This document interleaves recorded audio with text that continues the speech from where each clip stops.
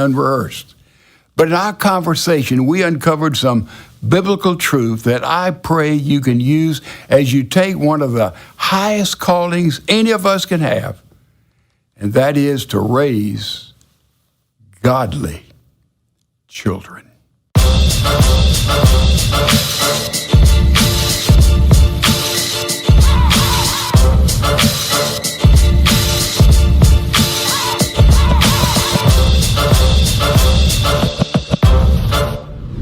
Hey, let's start off talking, first of all, about your own father. Tell us what he was like and what your relationship was like. Right. My dad was the hardest working man in the world. He literally was. Everybody knew Homer Young. They said he got up at 3:30 in the morning. He was at work at 4. If he got a minute late, and he was driven. All during the Second World War, he held 2 jobs. He'd work 8 hours, Mississippi Power Company. He would immediately go and work for a mill company, all into late at night. So there were 6 days a week. When I was a teenager, or a young boy, really, I wouldn't see him. My dad was, when I was a child, a young boy, he played with me. And we had a lot of fun together. He was an electrician. He would fix things. He'd show me how to fix things. It didn't take, of course, as you know. Right, yeah. But we were very, very close until somewhere in the teenage years, my dad had a health challenge, and he withdrew from me, I felt, as I look back. And I was frightened of him. I stayed away from him. I dealt with him as little as I could. What little money we had, he was very generous with me, but I had no relationship with him really in my teenage years, all the way into adulthood. Mm-hmm. And so I missed that father that I felt appreciated me, loved me. He had a real trouble in my going into the ministry. When I was studying engineering, University of Alabama, and when I felt God called me to the ministry, I remember him saying, you could really be something. You're throwing your life away, because he looked on the clergy as the laziest, most unproductive people in the world. Because early on, he was not a Christian. Now, as he became a Christian, hopefully that helped a little bit, but still he had no high view of my profession. Mm-hmm. So my dad was hardworking, he was diligent, he was honest, he was scrupulous in what he did. He loved my mother, he loved my brother. I felt it. I'm sure he loved me, though he never said, I love you. Mm-hmm. Different generation, different time, and I miss today, and I miss in that day. I tried. Being when I got older, I tried to sit down and talk with him. It was too late. It just could not happen. So there's a vacuum in my heart that was never satisfied. So to say God is our Father, I had to overcome that. Mm-hmm. And that may sound strange, but that's what happened in my home. Do you feel like at that time when you were in high school and you kind of felt a separation from your father, that someone else came into the picture, whether you were conscious or subconscious of that, to fill that role? Absolutely. My coaches did. Floppy Bishop, who's one of my coaches, and Floppy loved me and reached out to me. I had a Bible study teacher. I had fathers of other of my friends were just out there with us, and they got involved in our lives. And a lot of people, God put people in those gaps there for me, and that made a big, big difference. Mm-hmm. And there was a philosopher that said, we have our biological fathers, but there's also comes a point in time in our life that we choose, in a sense, a second father, or a second father chooses us, and they help kind of fill in gaps that we have as kids growing up. And we just need affirmation, just a little bit of affirmation. Mm-hmm. I'm sure coming up, when I said, Ben, that was good, that was fine. I went to every basketball game I think you ever played until you got in college. And so that was what I loved. I identified with you. I tried to build the right stuff in you, let you know I was there. Mm-hmm. I cared. I loved you. And I'm sure my dad did. Sure. But my mother was a strong disciplinarian, and my dad sort of floated away, I felt, from me. But there were other men there who affirmed me. Just a little bit of praise for a child goes a million miles, particularly a teenager. Right. That's huge. And I think there are a lot of people that are watching today that are single parent moms.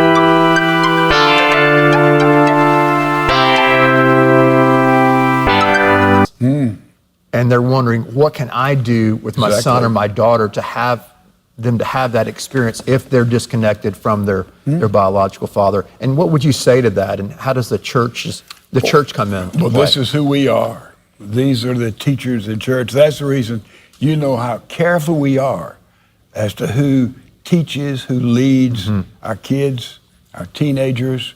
We spend a lot of time in prayer trying to find those right guys, as well as females, who will be there and really help those parents build into those kids what God knows they need to get if they're going to survive in this crazy culture we live in. Sure. I look back in my life, and you and Mom were always there. At the same time, I needed those Bible study teachers. I needed my youth leaders. I needed my coaches also to affirm me and who I was as I was growing and maturing. And that's one of the great things about our church. We have so many avenues and ministries that allows for that kind of relationship to occur. Does that make sense? In any area, everybody didn't play sports. Sometimes it was art, sometimes it was travel, sometimes other interests that kids would have. And we try to keep all those doors open where they'll find a place that, identified this group, that group, whether it was the intellectual group, whether the groups that they had to work to survive as well as go to school. So you have all these different entities, and we as a church have to have the kind of openness and the kind of ministry that touches the needs of so many different type of kids that come our way. Sure. I want to share a word from Scripture with us here today, and I want you to comment on it. And this is, by the way, this is unscripted. So this is, but I know you can comment. I think they can tell. I think you've preached from this before, but I want you to comment on it as it relates to fathers. And it's in Ephesians 6, and it's where Paul says, "Fathers, do not exasperate your children. Instead, bring them up in the training and instruction of the Lord." So talk to me about this verse off the cuff. Although I know you've studied it for many decades, and what that means. Well, it's a mistake that I've made many times, I think, as a father. It seems every time being, for example, your life, you'd want to talk, it would be, you'd come in from somewhere on Saturday night about, 11:15, 11:30, and all of a sudden you wanted to talk. Well, I had to go to work next morning. Sunday was my day. I had on my game face. So you'd go and start sharing with us and sit down on the bed, and I'd be very impatient. I'd say, "Ben, man, let's do this tomorrow." And so I did that about once or twice, and your mother said, with her great wisdom, said, "Look, Edwin, when they want to talk, we listen." Right. So after that, Cliff never heard that, maybe Ed never heard that. You didn't hear that again. I saw she was right. Right. And so many times we frustrate our kids. When they want to talk, we'd better push everything else to the side and listen. Otherwise, there's frustration there. Also, we cannot discipline enough, and we can discipline too much. We can be right as fathers and mothers in disciplining our children, but the tone of voice in which we do it, the manner in which we do it, our approach in which we do it, the timing in which we do it. Otherwise, we exasperate them. They think we don't care. And young kids interpret love time. That's right. Time. And it's time we spend with them is the most important thing that we can do. I remember the kid that said to me, When you think of your mother, what do you think of? And he said, well, I think of a big mouth. I said, what would you like to think of? I said, I'd like to think of a big ear. That's good. So we have to listen, ask little questions, and then we'll have a place in which they'll come to us. Train up a child the way they should go. When they're old, they'll not depart from it. What does that mean? Well, I hope I built the right stuff. No, when they're old, they'll come and they'll be a friend.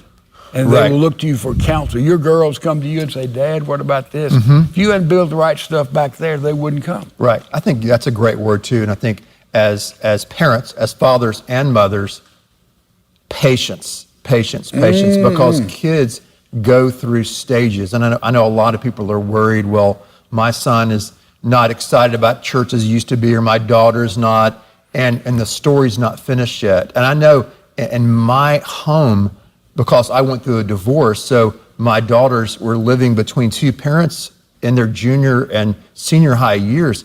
I had to be very patient in waiting for them and being consistent and being there and knowing that they're trying to navigate a very difficult situation. And so I think all parents are trying to help their kids navigate different situations that are stressful, but sometimes we get really impatient, like how come they don't get it yet? And what I did, I tried to put all three of you guys in the same mold, and you're totally different.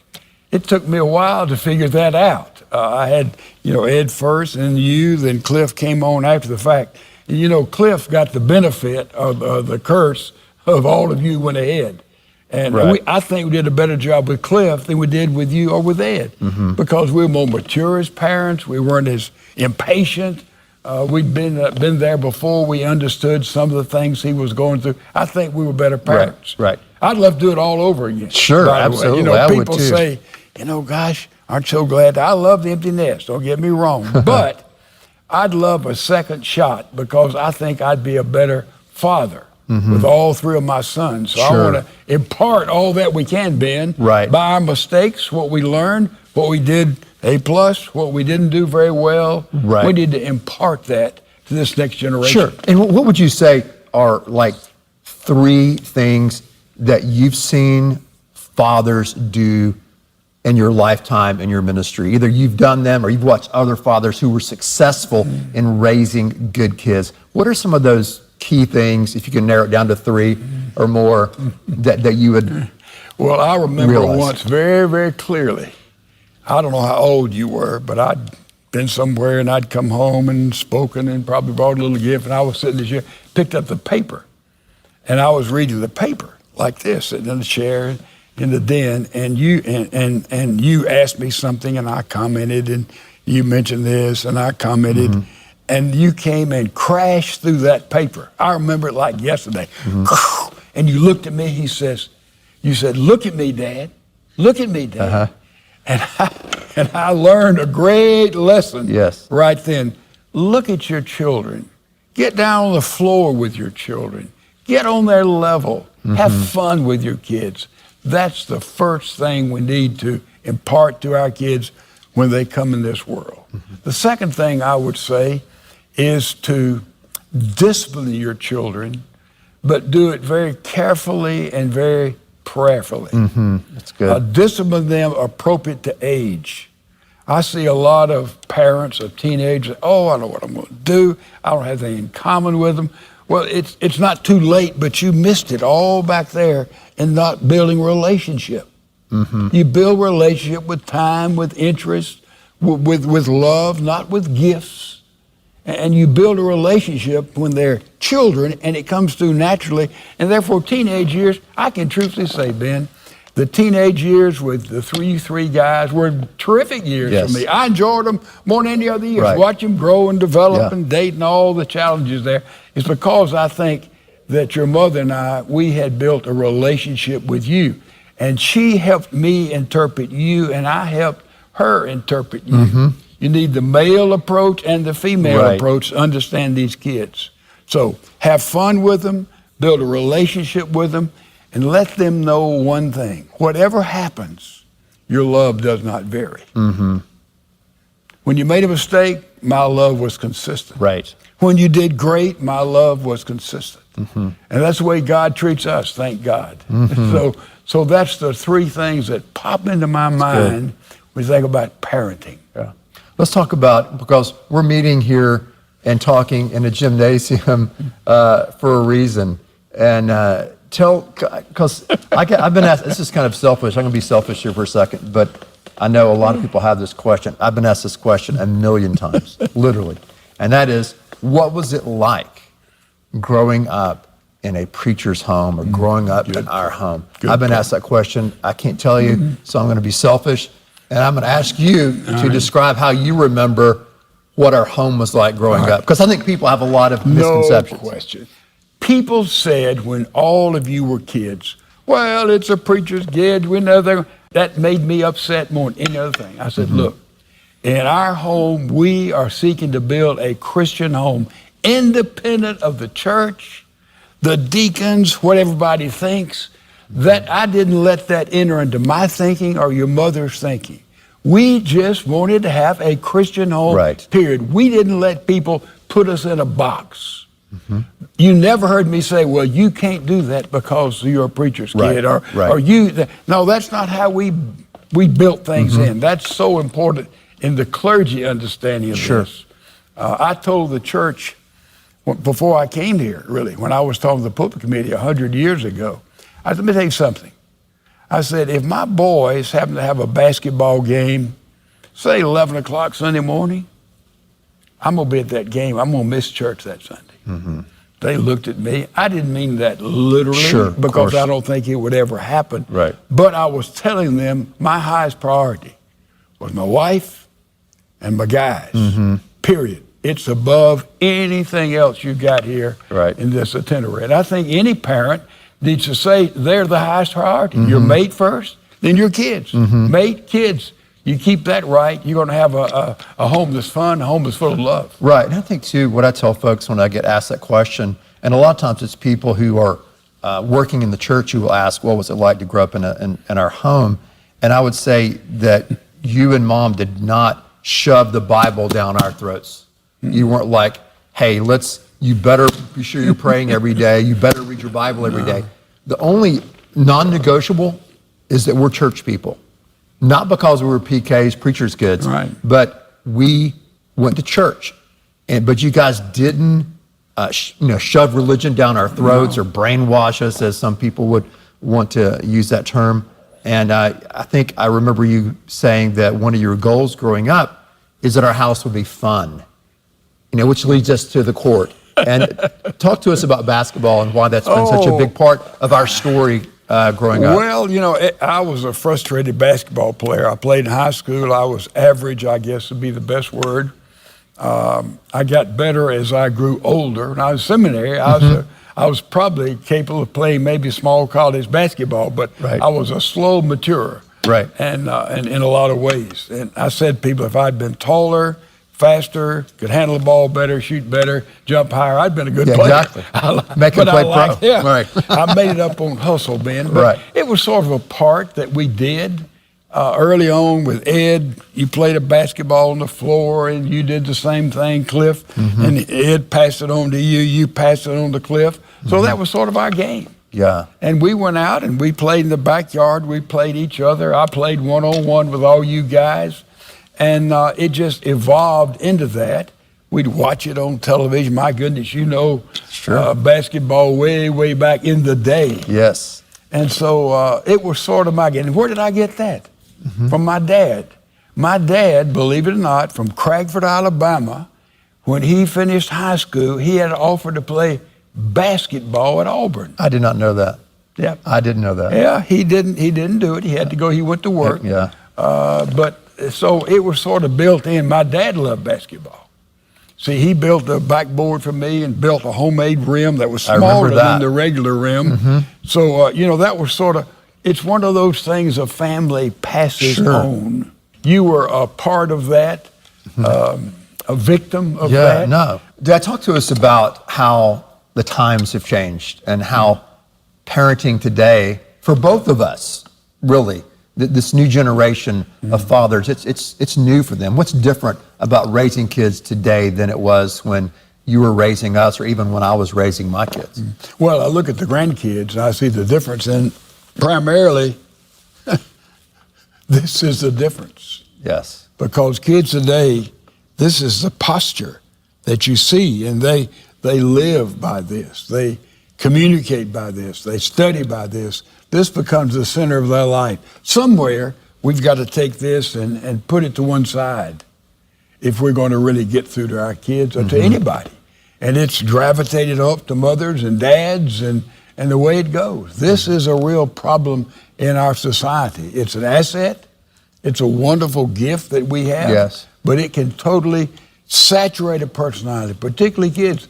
They've been brought up with this, and Right. it's a deadly thing to be brought up with. Yeah, it's a double-edged sword. Technology is. I mean, you can look back at the automobile.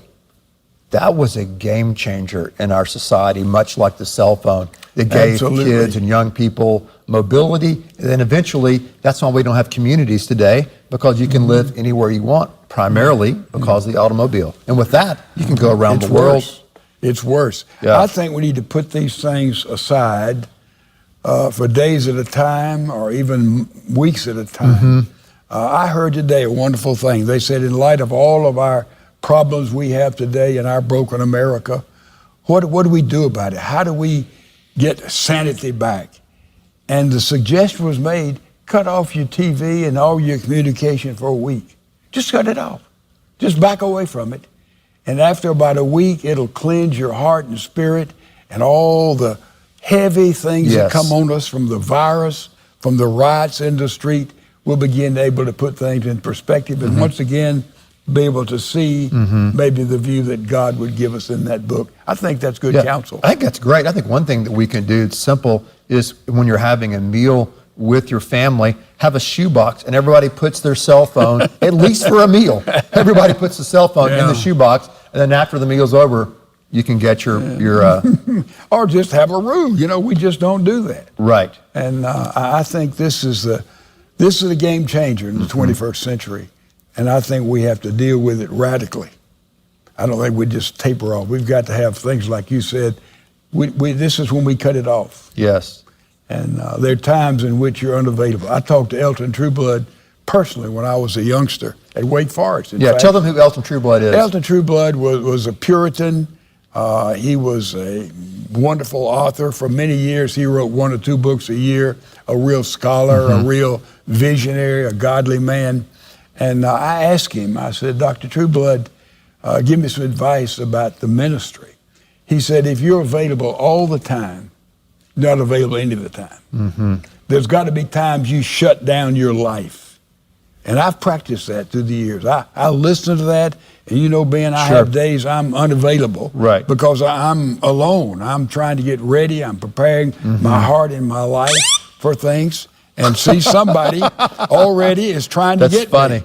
They're That's already so funny. after me here at this case in point, So I think we have to do that. We have to realize we can't be available all the time. Right. But we really have to have those times away from all the media where God can do something in our lives. And I think that really when you look, I call them the flyover verses in the gospel. They're those verses where it says, you know, Jesus was ministering to thousands of people, and it said he broke away from them and he went away to a lonely place to pray, or they were looking for Christ and he was up in the mountains praying alone. So if Jesus Christ, who's God in the flesh, needed those times to reconnect with his Father, how much more do we need to... Being available all the time, you're not available any of the time. It's perfect. Your all the time means nothing unless you have this vertical time. The horizontal time, well, we love that. The vertical time, we have to learn also to love that. And through the years, I'll have to tell you, without being super pious, I love this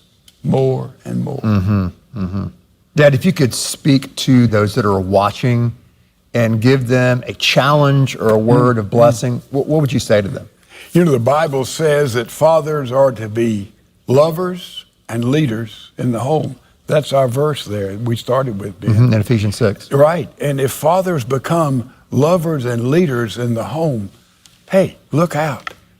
There's a real home there. Something will happen that you've never seen before. Recently, I led a father to Christ. He's an older man, had older children, And he went back, and for the first time, it's been about 8 months ago, he said, you know what I did?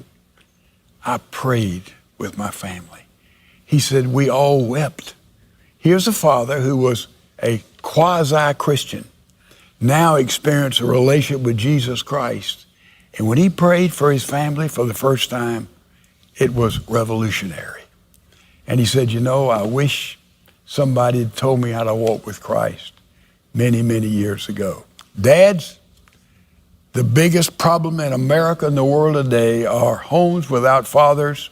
Even if they're present, they're not fulfilling the biblical role of being a leader. You know what that means? And being a lover. Fathers, dads begin to lead and love. Look out. America will be radically changed. Let me right now pray a prayer, if I could, Ben, a blessing upon parents. Sure. Father, I do lift up my hands. I'd love to put my hand on the head of every father here, especially and every mother here. They truly may walk with you. They will always keep the love light burning, but in their relationship with one another. And let them, Father, look at their kids and ask you, oh Lord, how they should superintend